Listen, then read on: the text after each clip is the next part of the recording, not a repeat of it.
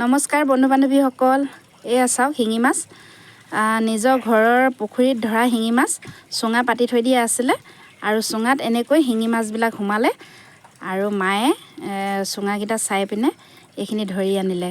ইমান ধুনীয়া ধুনীয়া মাছ নহয়, আপুনি বজাৰত কিনিবলৈ গ'লে এইখিনি বহুত দাম, কিন্তু এতিয়া নিজৰ ঘৰতে পাইছোঁ খাবলৈ। কিমান ধুনীয়া মাছখিনি দেখি লোভ লাগিছে নাই বাৰু, জনাব দেই। নৰসিংহ আৰু ভেদাইলতাৰ লগত জোল বনাম বুলি ভাবিছোঁ।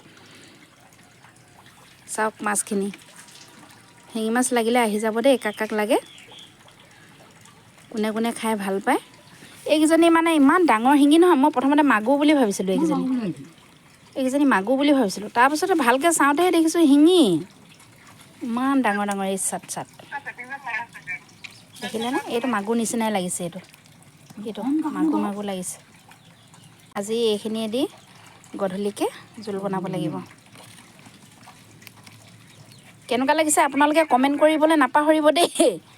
শিঙি মাছ বজাৰত ইয়াৰ দাম বহুত। নিজৰ ঘৰৰ পুখুৰীত ধৰা মাছ, তাৰ সোৱাদটোৱে বেলেগ, হয় নাই বাৰু? যদি ভাল লাগিছে আপোনালোকে লাইক কমেণ্ট শ্বেয়াৰ কৰিবলৈ নাপাহৰিব দেই। অন্য এটা ভিডিঅ'ত আকৌ লগ পাই আছোঁ। Bye bye.